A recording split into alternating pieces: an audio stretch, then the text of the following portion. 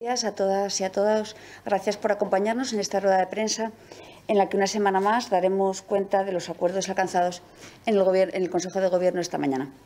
Hoy me acompaña el vicepresidente y consejero de Administración Autonómica, Medio Ambiente y Cambio Climático, Juan Cofiño, que les explicará en detalle dos de los acuerdos que hemos adoptado.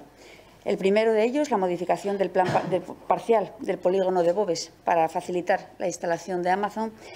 Y el segundo, la aprobación del Plan de Acción a corto plazo para la reducción de los niveles de partículas en suspensión en la atmósfera de la zona oeste de Gijón. Hoy, cuando tanto se utiliza la referencia a la libertad para atacar, para despreciar e incluso para situarse al margen de la legalidad, todos los ciudadanos y ciudadanas que la defendemos, que defendemos esa libertad con mayúsculas, que tanto ha costado además alcanzar, para nosotros y nosotras es un día importante. Para el Gobierno de Asturias, lo más importante de la Ley de Despenalización de la Eutanasia es que establece un nuevo derecho, el derecho a morir dignamente. Para nosotros es un avance más y muy importante en la ampliación de derechos civiles. La norma avala ese nuevo derecho como una prestación más dentro del Sistema Nacional de Salud para aquellas personas con enfermedad grave, irreversible o invalidante que les produce un sufrimiento insoportable. Este paso de gigante normativo, en cuya aprobación ha tenido un papel decisivo la diputada y exministra María Luisa Carcedo, permitirá a estas personas tomar una decisión individual sobre el final de su vida de forma libre e informada, mediante un procedimiento netamente garantista y con seguridad jurídica, que también prevé la objeción de conciencia por parte del personal sanitario. Desde ya, en Asturias, nos ponemos a trabajar para poder aplicar esta ley lo antes posible. Como saben, para el Gobierno de Asturias la prioridad son las personas y sus derechos, y entre ellos está el acceso a una vivienda digna. Conscientes de ello y teniendo en cuenta los efectos económicos y sociales de la crisis sanitaria, y en nuestro interés por anticiparnos y dar respuesta a las personas que más sufren los efectos de esta crisis, el Consejo de Gobierno ha dado luz verde a una partida de 8.700.000 euros para la convocatoria de las ayudas al alquiler correspondientes a este año, que se publicará en los primeros días de abril. Como recordarán, y fruto del diálogo y la negociación presupuestaria, la partida destinada a esta convocatoria se ha incrementado en 1.700.000 euros respecto a la convocatoria del año pasado, un incremento destinado a ayudas para apoyar la emancipación de jóvenes menores de 35 años.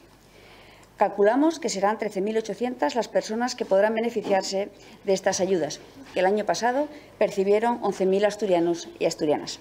De esta partida global, 4,5 millones de euros se destinan a este programa de emancipación juvenil, diseñado, como les decía, para menores de 35 años.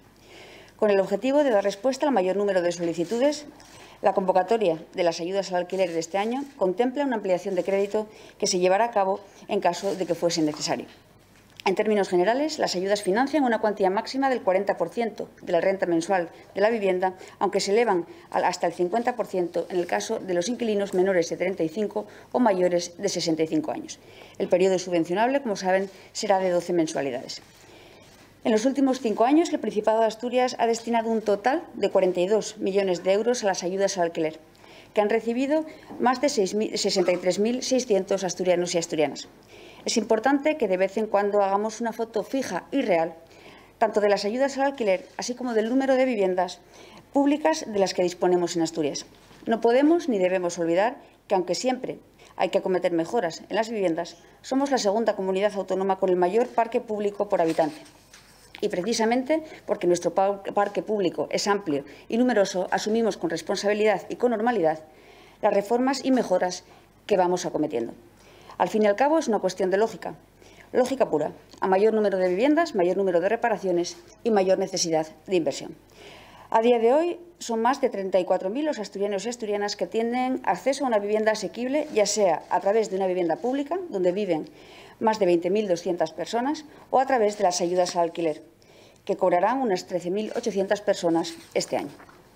El Consejo de Gobierno también ha aprobado, a propuesta de la Consejería de Educación, un gasto de 490.000 euros destinado a subvenciones a asociaciones, ONGs e instituciones privadas sin ánimo de lucro que desarrollen actuaciones de compensación educativa durante el próximo curso.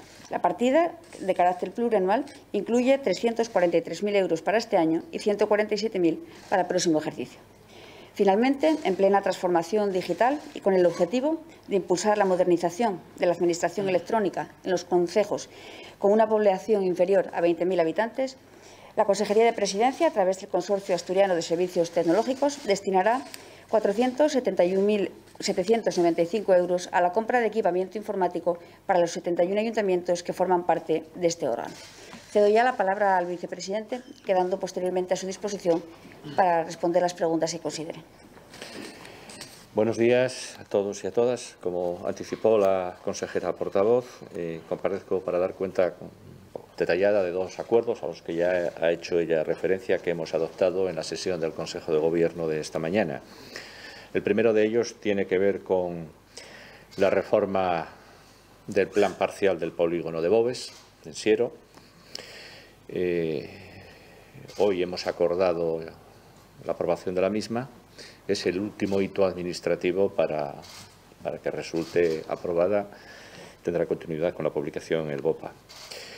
Es la última autorización exigible para la implantación de la multinacional Amazon en Boves.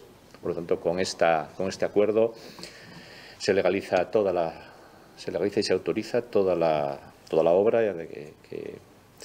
de instalación de la multinacional en Asturias.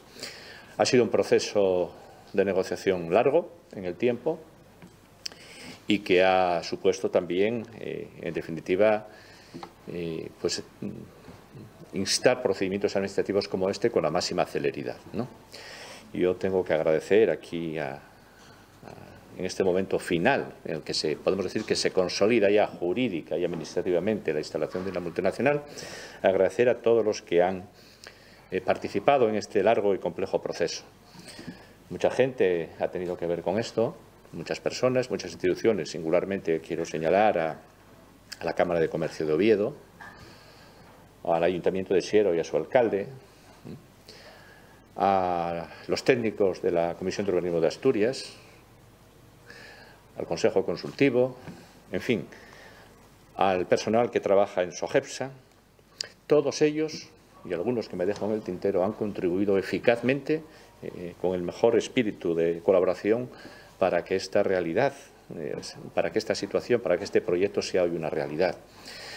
Por lo tanto, felicitarnos por ello a todos ellos y a todos los asturianos y asturianas, porque, bueno, lo dije hace pocos días en la Junta General del Principado, esta es una historia de éxito que nos debe de enseñar el camino del futuro para que los asturianos consigamos logros como este, que lo es.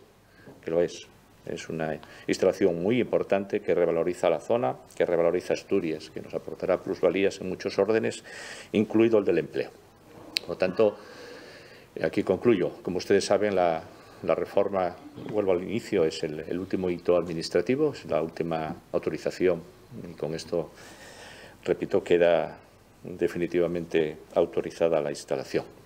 El otro asunto al que me quería referir y que también fue causa y ha tenido discusión en el Consejo de Gobierno con aprobación final esta misma mañana es el plan que habíamos anunciado desde la Consejería en algún momento, el plan de acción a corto plazo para la reducción de los niveles de partículas en suspensión en la atmósfera en la zona este de Gijón. Como ustedes saben, de entrada he de decir que los valores de las partículas PM10 que medimos habitualmente con las estaciones de medición no han rebasado nunca los estándares permitidos, pero sí es verdad que en la zona oeste de Gijón tenemos un problema en particular y que merece y está mereciendo toda la atención de los vecinos y también de la Administración del Principado y del propio Ayuntamiento de Gijón. Por lo tanto, hemos decidido implementar este plan de acción a corto plazo, tiene una duración de 2 años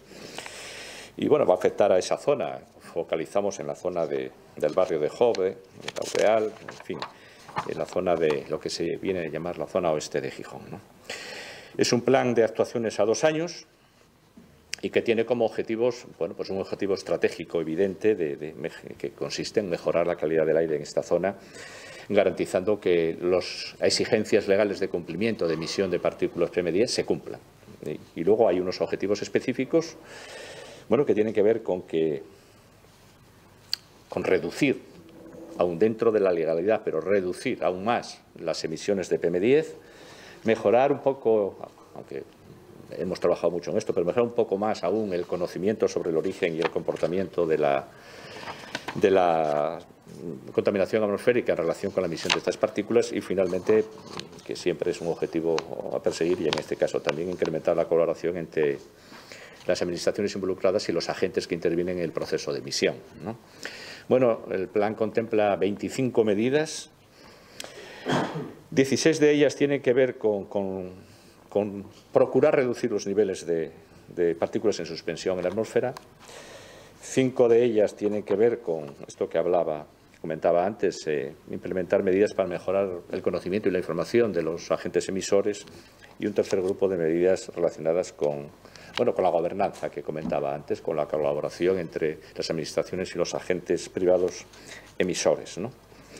Están implicados, por lo tanto, en este plan la propia Administración del Principado de Asturias, básicamente a partir de 2 consejerías, la de Cohesión Territorial, Medio Rural y también la de Medio Ambiente, como no puede ser de otra manera, el propio Ayuntamiento de Gijón, la Administración General del Estado, la Autoridad Portuaria y también los agentes privados, principalísimos, en este caso ArcelorMittal, EDP y empresas que están residenciadas en el propio puerto de Gijón.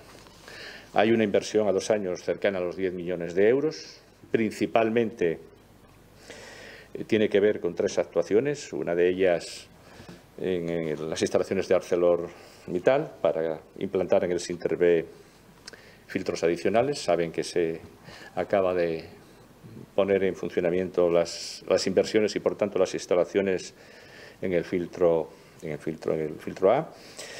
Un plan de inversiones de 2 millones de euros de inversiones medioambientales en el puerto de Gijón y también 1 millón de euros para garantizar el suministro de agua a los muelles de primera y segunda línea del propio puerto de Gijón. Son 3 de las, no agotan las inversiones, pero son 3 de las acciones más importantes que contempla el plan. Bueno, con esto pretendemos actuar de una forma intensa y rápida para paliar y minimizar, repito, el problema que todos conocemos de la emisión de partículas PM10 en el entorno de la zona este de Gijón, que, repito, nunca han rebasado los estándares que están admitidos, pero que es verdad que tiene unos niveles excesivamente altos que estamos obligados como Administración a coadyuvar, a mejorar y controlar. Nada más y muchas gracias. Muchas gracias, vicepresidente. Gracias también a la consejera portavoz. Como saben, organizamos esta rueda de prensa de manera telemática para garantizar la seguridad y también para facilitar la participación de los compañeros y compañeras de los medios de comunicación que están teletrabajando.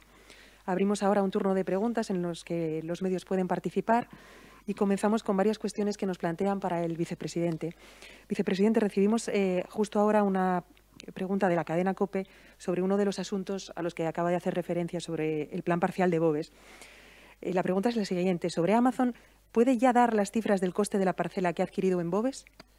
Yo soy, lo he dicho muchas veces, absolutamente escrupuloso con los acuerdos que se firman y que firmo, y podría decirlo, pero quiero atenerme a las obligaciones que tengo en cuanto firmante de un acuerdo privado que hay que elevar a escritura pública cuando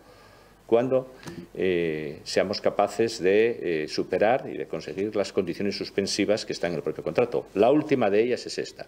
Bueno, mañana se publicará en el Boletín Oficial y, a renglón seguido, la multinacional y nosotros firmaremos el Sogesproa, que es la empresa, firmaremos en notario y elevaremos a público este acuerdo. En todo caso, ya he dicho siempre que el cumplimiento de las obligaciones que uno asume y las exigencias que van de la mano del éxito empresarial, en este caso, de esta instalación, exigencias de confidencialidad y de cierta cautela, no están reñidas con la transparencia y, por lo tanto, en muy poco tiempo haremos público en concreto todos los datos del precio. Pero ya he advertido, ya he anticipado, y con esto no incumplo nada, que los precios en los que está vendiendo Sogepsa las parcelas del entorno de Boves 1 y de ese entorno rondan los 100 euros metro cuadrado y y lo que debo anticipar, y anticipé ya en la Junta General hace unos días, es que Amazon no ha pedido ni solicitado subvenciones ni de precio ni de ninguna otra naturaleza y, por tanto, el precio al que adquieren estará en el entorno del precio de mercado al que me acabo de referir. Sobre este mismo tema, vicepresidente, desde Onda Cero preguntan si hay otros proyectos previstos en negociación para Boves. Bueno, Boves es un polígono industrial que se ha construido con vocación de poner en el mercado unos activos para que las empresas puedan asentarse en las condiciones más ventajosas posibles y generar actividad económica y empleo. Desde hace ya mucho tiempo, desde que hemos conseguido urbanizar Bovesune, hace aproximadamente un año, desde Sogesa se están recibiendo y se están activando todas las posibilidades de venta de estas parcelas. Y ya había reservas durante estos meses de muchas de ellas. Lo que ocurre con era previsible que ocurriera y así lo habíamos previsto, que con la instalación de Amazon hubiera un cierto efecto llamada y eso está sucediendo, de tal forma que lo que durante estos meses fueron reservas, pues muchas de esas reservas se están convirtiendo ya en toma de decisión por parte de las empresas de adquisición de algunas de estas parcelas. Por lo tanto, el curso de los acontecimientos es el que preveíamos, que la instalación de Amazon iba a ser un elemento muy relevante como elemento tractor, como revulsivo en relación con la actividad económica en la zona y, por lo tanto, con la compra-venta de parcelas del polígono, que es lo que está sucediendo. Sí. Vicepresidente, sobre otro de los asuntos a los que se ha referido, en concreto sobre el plan contra la contaminación en la zona oeste de Gijón, nos plantea el Comercio la siguiente pregunta. Bueno, son dos preguntas encadenadas. ¿Qué mejoras se han introducido en el plan de contaminación respecto al borrador? ¿Qué medidas evitarán la llegada del carbón a la playa? Y, por otra parte, dice, ¿considera el Principado urgente ejecutar el vial de Jove también para rebajar esos niveles de polución en la zona oeste? Bueno, muchas preguntas en una. En fin, todas, en mi opinión, interesantes, ¿no? Bueno, el plan ha estado en información pública, ya ha finalizado, por eso lo hemos aprobado hoy en el Consejo de Gobierno, la mayor celeridad, y ha recibido, muchas, en fin, alegaciones, muchas consideraciones. Unas las hemos tenido en cuenta, otras no tanto. Bueno, en su caso, si hay mucho interés en el detalle, que no es el caso ahora, pues en fin, produciremos el detalle por la vía de una nota o por las vías que procedan para que ese detalle concreto de qué alegaciones hemos estimado y cuáles no, lo tenga el periodista que pregunta. Pero sí, ha acabado la exposición pública, ha habido muchas alegaciones y algunas, evidentemente, las hemos estimado. La segunda cuestión, acciones concretas en el Musel. Bueno, he mencionado que algunas de las acciones importantes precisamente tienen que ver con el Musel, que es uno de los elementos en fin, por la naturaleza de su propia actividad económica, que es una fuente emisora de contaminación, va de suyo, todo el mundo lo sabe y está en todos los estudios. Bueno, como lo sabemos, estamos intentando, y en este plan se implementan medidas directamente relacionadas con el Musel, ¿no? Con las empresas que están asentadas allí, con inversiones que tienen que ver con que el agua, en fin, con el agua que se usa para, primero, llevar allí el agua a todas las instalaciones, que es una de las acciones, y después el control de la misma, es decir, el control de lo que se hace en la plataforma del puerto para evitar que, en la medida posible, termine en el mar, ¿no? Que es una de las cuestiones, en fin, críticas. Por lo tanto, hay varias actuaciones en el puerto, tanto en el puerto como institución pública, como en relación con las empresas que están asentadas en el puerto, dentro de este plan de acción, evidentemente. Y luego me hacía una reflexión sobre el vial de Jove. Pues me parece una reflexión importantísima, una pregunta. Desde que llegamos al Gobierno nos hemos preocupado muy especialmente por la ejecución de ese vial. Ese vial es importantísimo para que funcione Zalia como empresa logística en relación con el puerto, importantísimo, vital, y es muy importante también para evitar el tránsito de camiones y de vehículos por la zona urbana de Gijón en relación con el puerto, porque ese es otro agente contaminador, el tráfico, dirección Musel, y especialmente el tráfico de camiones, de vehículos pesados. Por lo tanto, es un elemento fundamental a medio y largo plazo conseguir que ese vial se ejecute por esas dos razones. Por tanto, es una actuación que vimos desde el primer momento prioritaria. En coherencia con esto, desde el primer momento nos hemos puesto a trabajar con el puerto y con la Dirección General de Carreteras del Ministerio para que se ultimara ese proyecto, la redacción del mismo. Como ustedes saben, ha concluido la redacción del mismo y está en estos momentos en trámite de información pública. Por lo tanto, se ha impulsado la redacción del proyecto, la culminación del mismo y el trámite administrativo para conseguir que se ejecute a la mayor brevedad. Este vial, para conocimiento de todo el mundo, tiene un pequeño problema, y entre comillas, y es que es muy caro. Es una inversión estimada, está ahora en torno a los 170 millones de euros para 2,5 kilómetros. Es una obra muy compleja que se realiza en bajo cota y con muchas complicaciones porque es prácticamente un vial urbano, ¿no? Por lo tanto, es una obra tremendamente cara, pero que consideramos absolutamente prioritaria y que hemos impulsado desde el primer momento. Gracias, vicepresidente. Los medios de comunicación nos hacen llegar preguntas sobre otros asuntos. En primer lugar, sobre la interinidad en el ámbito laboral. De este modo, La Nueva España comenta que el ministro Iceta advertía ayer de que sancionará a las administraciones que hagan uso abusivo de la temporalidad y que no se puede tener a trabajadores 15 o 20 años sin un contrato fijo. Por ello preguntan, ¿teme el Principado esas sanciones? ¿Cuántos trabajadores hay en esa situación en la Administración regional, la sanidad y la educación pública de Asturias? Demasiados. No tengo la cifra aquí ahora porque no tenía prevista esta pregunta, pero demasiados. Tiene razón el señor Iceta. Yo lo he dicho desde el primer momento. No es razonable, más allá de la valoración jurídica que merezca, no es razonable que las administraciones públicas ni las empresas privadas. No son razonables estos niveles de interinidad prolongados en el tiempo hasta extremos que yo creo que no son ni explicables, ni ayudan a nada ni a nadie, ni al trabajador ni a la empresa. Por lo tanto, desde el primer momento hemos intentado afrontar esta problemática porque nos parece de lo más preocupante que tenemos en la Administración pública en estos momentos. Sobre sanciones, van a permitirme una broma, pero no creo que el señor Iceta tenga en su mente autolesionarse o autosancionarse, porque esta es una problemática que no es asturiana, es del conjunto de las administraciones públicas. Se lo digo con todo el cariño al señor Iceta, que además se lo tengo. Supongo que es una forma de... El señor Iceta, el Ministerio, las comunidades autónomas y los sindicatos de la función pública estamos trabajando en la modificación del Estatuto Básico del Empleado Público precisamente para atacar esta problemática que es muy compleja, por cierto. Asturias por sí sola no puede afrontar este problema. No tenemos los instrumentos jurídicos necesarios para afrontar este problema en plenitud, para erradicarlo. Podemos hacer cosas, y las vamos a hacer, me explico después, pero fruto de la preocupación que tiene el señor Iceta y el Ministerio, se está impulsando, repito, una comisión plural en la que está todo el mundo para dar soporte jurídico a esta situación desde el punto de vista estatal.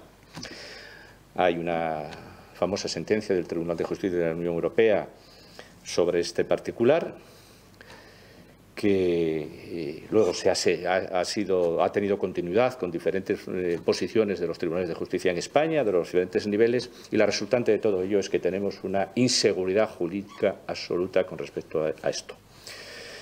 Por lo tanto, tenemos que darle base jurídica de verdad a esta situación para afrontarla de verdad. Mientras tanto, pues he de decir que con la oferta de empleo público de este año en la Administración del Principado de Asturias, no el tema estatutario que afecta a sanidad y a educación, si se cumple y se cumplirá en los planes de empleo, por lo que respecta a la Administración del Principado de Asturias, el nivel de interinidad estará este año por debajo del 8%. Es verdad que el problema lo tenemos en los ámbitos de la enseñanza y en los ámbitos de la educación, con niveles demasiado grandes de interinidad que tenemos que resolver. Vamos a ir resolviéndolo parcialmente con medidas, digamos, administrativas de orden menor, las que tenemos a nuestra disposición en estos momentos, pero realmente la resolución de verdad del problema vendrá de la mano de la seguridad jurídica. Es absolutamente necesaria para afrontar este problema. Yo espero que en muy pocos meses esta reforma del Estatuto Básico vea la luz y a partir de ahí podamos afrontar todos, las administraciones públicas en general, incluida la que lidera el señor Iceta. Y repito que a partir de ahí podremos todos afrontar esta problemática que, repito, hay que desterrar de la Administración pública.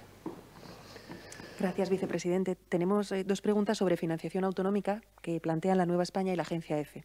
La primera, la de la Nueva España, dice: la ministra de Hacienda admitía ayer que los nuevos criterios de la población ajustada van a ser caballo de batalla en la reforma de la financiación autonómica. ¿Cuál es el punto de partida de Asturias ante esa negociación sobre población ajustada? Por su parte, la agencia EFE pregunta: el presidente de la Comunidad Valenciana ve urgente que se desbloquee la reforma de la financiación autonómica.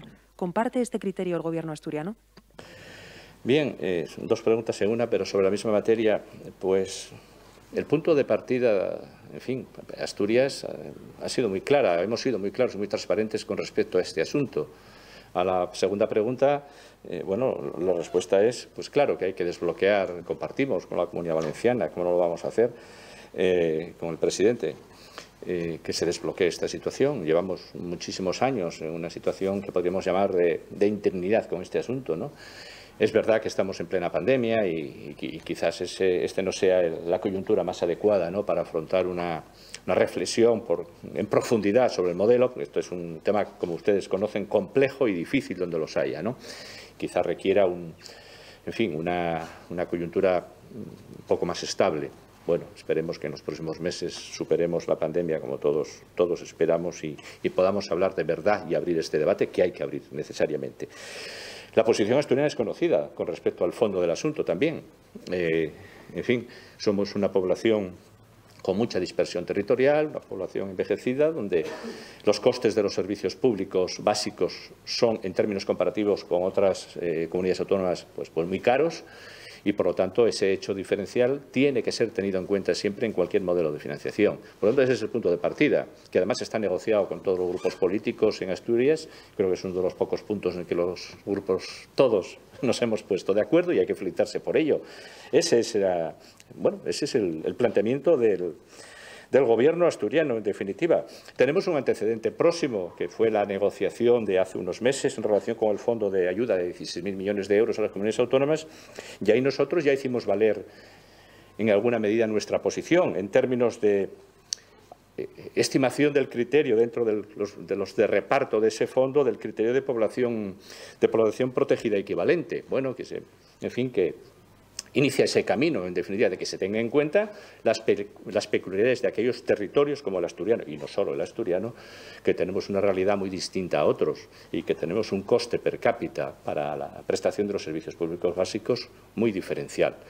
Y ningún modelo de financiación autonómica coherente, en fin, que haga país, por así decir, solidario, puede desconocer estos hechos. Tiene que contemplarlos sí a sí. Y esa es la posición asturiana, sin ningún género de dudas. Gracias. Pasamos ahora a un turno de preguntas para la consejera portavoz. Comenzamos con dos preguntas que nos hacen llegar el periódico El Comercio y la RPA sobre el asturiano.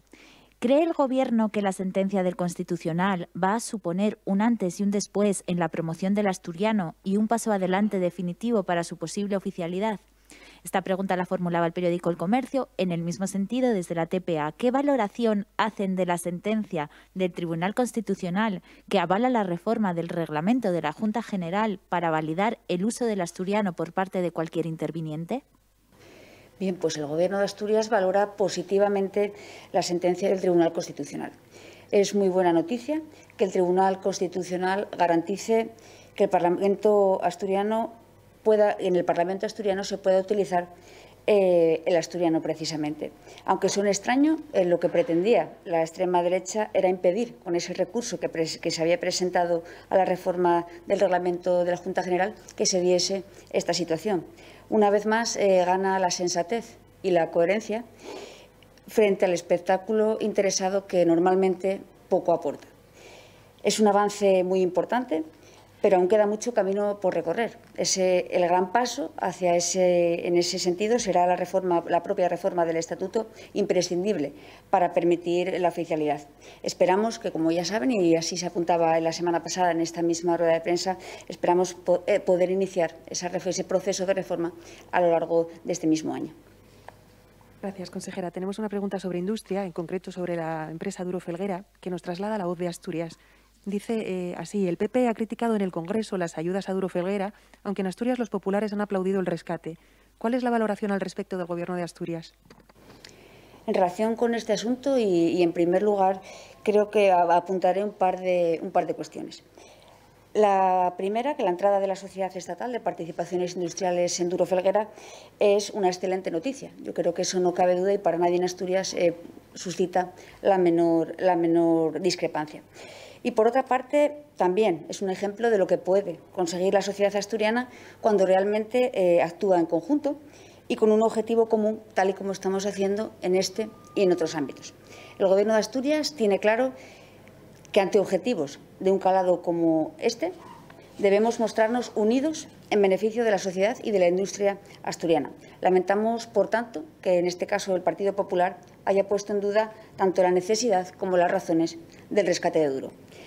Como ha manifestado ya el propio presidente del Principado, resulta escandaloso que el Partido Popular cuestione en el Congreso la concesión de ayudas a una empresa fundamental para los intereses de Asturias. Nos parece completamente irresponsable, además, que el Partido Popular se dedique a esparcir sospechas sobre una decisión que ha costado tanto esfuerzo, tanto tiempo y que, sobre todo, es tan necesaria para la supervivencia de una compañía tan emblemática para nuestra comunidad. En este caso, habría que preguntarle a la señora Mallada de qué parte está. En el caso de Duro, en relación a la situación de Duro, o se está o no se está. Y parece ser que el Partido Popular todavía tiene alguna duda. Esperamos que el PP regional mantenga ese apoyo a la intervención pública y sea capaz de anteponer los intereses propios de la industria asturiana a sus batallas de partido. Si no se atreve a reconocer públicamente su discrepancia con la dirección nacional, al menos sería útil que se levantasen los teléfonos para explicar por qué es tan importante para Duro, para Asturias en este caso, ese apoyo a Duro Felguera. Por lo tanto, queda en manos del Partido Popular definirse si se está o no se está con el futuro de Asturias y con el futuro de Duro. Consejera, llega otra pregunta sobre el ingreso mínimo vital. La TPA plantea: ¿cuántas peticiones del ingreso mínimo vital tramitadas en Asturias se han rechazado? Asimismo, comenta que el ministro Escrivá dijo ayer en el Senado que hay comunidades como Asturias que se han creado expectativas sobre beneficiarios que no se han podido cumplir. ¿Mantiene el Principado sus previsiones? Bien, en relación a la primera parte de la pregunta, en cuanto al número, tal y como en los datos facilitados precisamente en la tarde de ayer por el propio Ministerio, de los expedientes tramitados en relación a Asturias, habrían sido aprobados 5.389 y habrían sido denegados 8.659. En cuanto a la segunda parte, sobre las expectativas, ¿no?, que se hayan podido generar en algunas comunidades autónomas, en Asturias, expectativas ninguna. En Asturias lo que hemos hecho ha sido hacer unas previsiones en función del marco normativo de aplicación a ese trasvase entre las personas beneficiarias del salario social básico y el ingreso mínimo vital. Por lo tanto, generar expectativas falsas todo lo más lejos. Lo que hacemos en Asturias y en cuanto a lo que sí mantenemos nuestras previsiones es el objetivo que nos fijábamos a la hora de afrontar el diseño del presupuesto para este año, un presupuesto que se caracteriza principalmente por mantener ese corazón social en el que decíamos, y mantenemos ese objetivo, que se diseñaba para atender a quien lo necesite cuando lo necesite. Y ese es el objetivo que sigue estando vigente en relación al presupuesto. Por otra parte, y como ya hemos dicho, hemos señalado, todavía la semana pasada lo planteábamos en la Junta General, el Gobierno de Asturias trabaja en garantizar los derechos de las personas beneficiarias del salario social en relación a esos 9.000 expedientes pendientes de trasvase y trabaja en garantizar la defensa de los intereses de Asturias en todo este proceso. Eso es en lo que nos ocupamos. Actualmente la Dirección General de Gestión de Derechos Sociales está volcada en ese proceso y de ahí que se haya trabajado en ese plan de actuaciones conjunto con el propio Instituto Nacional de la Seguridad Social para abordar ese proceso. Un proceso que, como saben, irá desde la parte que tiene que ver con la información a las personas usuarias, todo alrededor de todo lo que tiene que ver con ese proceso de trasvase, con las nuevas solicitudes y en el trabajo conjunto, como les decía, con el Instituto Nacional de la Seguridad Social. Un proceso que se prevé culmine en durará alrededor de 6 meses y en eso es en lo que estamos trabajando. Como les digo, expectativas creadas ninguna, solo trabajo serio, riguroso y la defensa de los intereses de esas personas y de los intereses de Asturias. Gracias, consejera. Nos llegan preguntas de varios medios sobre la situación de la pandemia. Empezamos con una del Comercio, que dice: hace 2 semanas se dijo que de cara a la Semana Santa hacer PCR como en Navidad era una opción que se estudiaba. La semana pasada el consejero de Salud dijo que se haría con la máxima seguridad. La Semana Santa está ya a la vuelta de la esquina. ¿Qué tipo de protocolo, si es que hay alguno, se va a poner en marcha? Pues precisamente y efectivamente ya la semana pasada avanzábamos el trabajo de la Consejería de Salud en este protocolo. Se está ultimando en este momento ese dispositivo y precisamente a lo largo del día de hoy la Consejería de Salud informará en detalle de todo lo que tiene que ver con este nuevo dispositivo. Televisión Española comenta que tras confirmarse que el miércoles se reanuda la vacunación con AstraZeneca, ¿cuántas dosis hay disponibles y cuántas se han puesto? ¿Cuándo se decidirá si se abre la franja de edad para esta vacuna? Bien, pues por concretar los datos que se preguntan, hemos recibido 41.500 vacunas, ya se han administrado más de 10.000 y hay disponibles ahora mismo 31.418. En cuanto a la segunda parte de esa pregunta, ¿cuándo se decidirá si se abre esa franja de edad? Si no recuerdo mal. Está pendiente de la valoración técnica que se producirá a lo largo de estos días, teniendo en cuenta que será el Consejo Interterritorial de Salud, que se celebrará el próximo lunes, quien tenga la última palabra en relación a este asunto. Gracias, consejera. Tanto la Nueva España como la cadena COPE se interesan por las ayudas del Fondo COVID que tramita el Gobierno de Asturias. La Nueva España quiere saber cómo va la tramitación de las ayudas y si se maneja ya alguna estimación sobre el inicio de los abonos. En la misma línea, la cadena COPE pregunta cómo va la tramitación. ¿Tienen ya una fecha para comenzar los pagos?